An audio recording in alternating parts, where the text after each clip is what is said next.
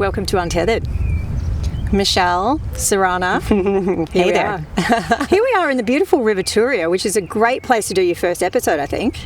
Absolutely. We can kind of introduce a little bit about this fantastic place that we're now living. So the Turia is situated in a little city in Spain called Valencia. Mm-hmm. And Valencia is about 1 million people, I think, but it's got this incredible green space through the city that used to be a river and is still referred to as such.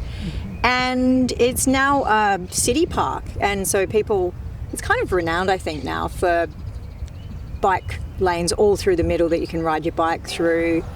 There's sporting fields, there's family picnic places, there's skate bowls. I mean, it's an amazing way to situate a city, I think.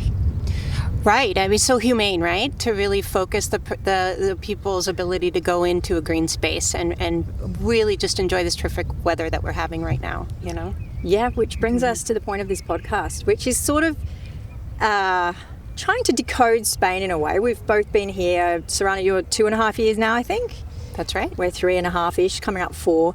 And this is a podcast, really, we've reached that point where you're like, yes, there's all these things you notice about Spain, but just trying to decode the reasons for them, that next level of understanding of why these things that we notice are the way that they are. Right, and what that might be bringing us or giving to us in a way to kind of continue to thrive, right? I mean, to sort of apply as a way to kind of optimize where we are in life and how to live better. And share those lessons. So, for example, I mean, you know, a lot of people at first notice, wow, there are kids playing in the square, like in the town plaza, little squares of the neighbourhoods at 10, 11 o'clock at night. Yeah. The shops aren't open at 3 p.m. or at all on a Sunday. Yeah. If you're at the supermarket, people pick you out and sort of push you in front of them if you've got 1 or 2 items. So you notice these little things, but then you realise, actually, this is indicative of a whole different worldview. Right, and is it not maybe centering your community in a way that didn't really feel as organic from where I'm from, which is California, United States. I've spent most of my life. And it also just in general, in terms of a lifestyle, is kind of a radical shift. I mean, it's not without its frictions, right? Because it's an adjustment. However, you know, you experience life at home in such a different way. Like, you know, I would come home quite late at night. Wouldn't get to see the kids very much, you know. So here I feel like it's a little bit of a slower pace. You know, you really have no other option but to honor when stores are closed. There's not much you can get done anyway, right? So then you sort of start to adopt the mentality of, well, let me protect my time, boundary myself a little bit. You know, kind of be more nurturing of maybe preventing a bit of burnout, because I think that is something that they've nailed here in some way. And then it ends up being a lot more about maybe family and social connections, possibly. And we should flag at the outset, we do deal in generalizations. Yeah. So, yeah, broad, the broader the better. There is not a single person in Spain who is burnt out. That's right. You mentioned getting home late at night and, you know, thinking, wow, my kids are pretty young. Was that your reason for moving here, or was it just part of an overall idea? You know, it kind of contributed to it, but until you're here, you're not really sure how it's going to be. I think our real reason for coming was much more of sort of a long-term plan, because we'd always loved the idea of moving back to Europe and moving to Spain, because we just actually really just fell in love with the culture when we used to live here many, many years back.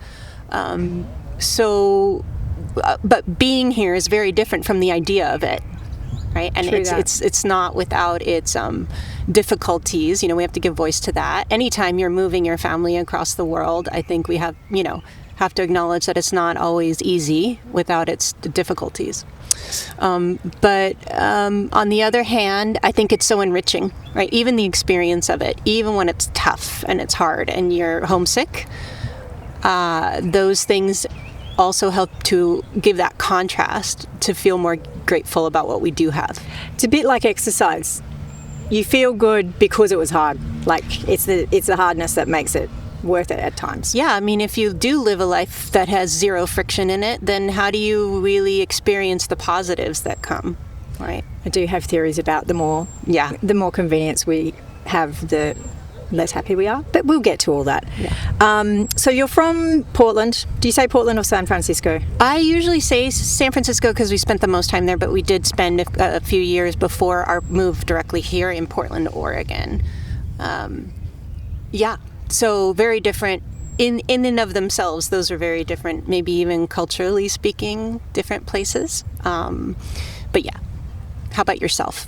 Well, we're from Australia, and it's hard to say exactly which city because I'm from Brisbane, my husband's from Darwin/Adelaide, and we lived in Perth for a long time. Mm-hmm. But we have less of a why, I think. It was a sort of a wish for an adventure.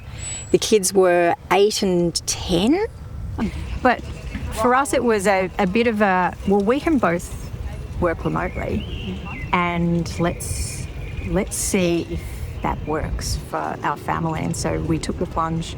My husband managed to somehow convince his work to set up an office in Spain, and we did it. For the adventure. We did it. I would say execution was variable. What grade would you give yourself? White knuckle. Oh, it was almost a fail, but we got there in the end. We're all alive.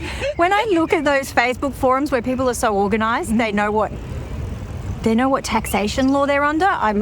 It blows my mind. Well, and they're asking these questions before they have even moved here. That's what shocks me. There's so many good questions on there that I'm like, I wish I had asked that before I even got this far, so I would know ahead of time. Yeah, I mean, we had a couple of the early days. When I say white knuckle, it was things like the kids are at school. You've gone to meet a property manager who's showing you through a house.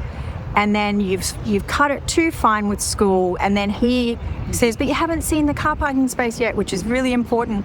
And then you go out with like 30 seconds to spare to make it to the school pickup where no one's got a phone at school and like there's no way of contacting them. And then can't find the car. And then you just run. That's a dilemma. Running around the streets. So all sorts of little ones that would basically operate at error. But we got there in the end. Yeah, that reminds me of when we put our kids in local school, as did you.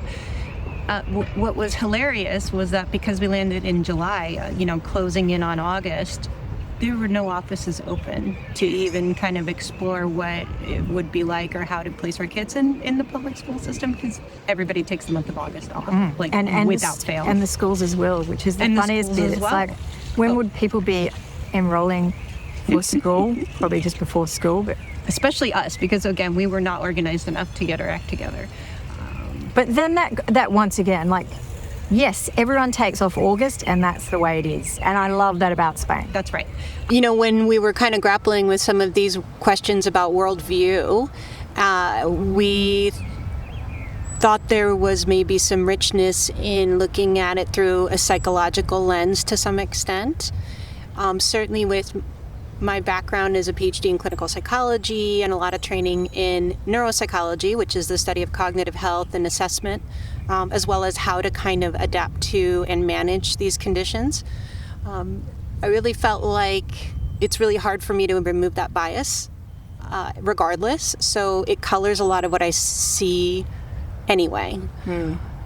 So one thing we thought might be helpful is if I could bring some of that expertise and kind of touch on some of these different kind of behavioral, esoteric kind of quirks that we're picking up on, and see if we could apply it, analyze it a bit. We do come up with a lot of observations, don't we, and a lot of hypotheses based on these theories that are based on these broad generalizations. And then, of course, trying to be scientifically minded, we also thought, then wouldn't it be helpful to then maybe take a closer look at what some of the empirical research has to say, to the extent that we can. We're not trying to be necessarily authorities, but I think that it might be an interesting way of viewing the culture is through a psychological lens. Right. And so I think that's pretty much the shape of how we'll do it. Observation, come up with a theory, possibilities to explain it, and then go away and look at what the research says, or ask a Spanish person, for a bit of interpretation. This isn't a relocation guide. The podcast is not a A travel guide, it's more sort of digging a bit deeper Yeah. into the culture.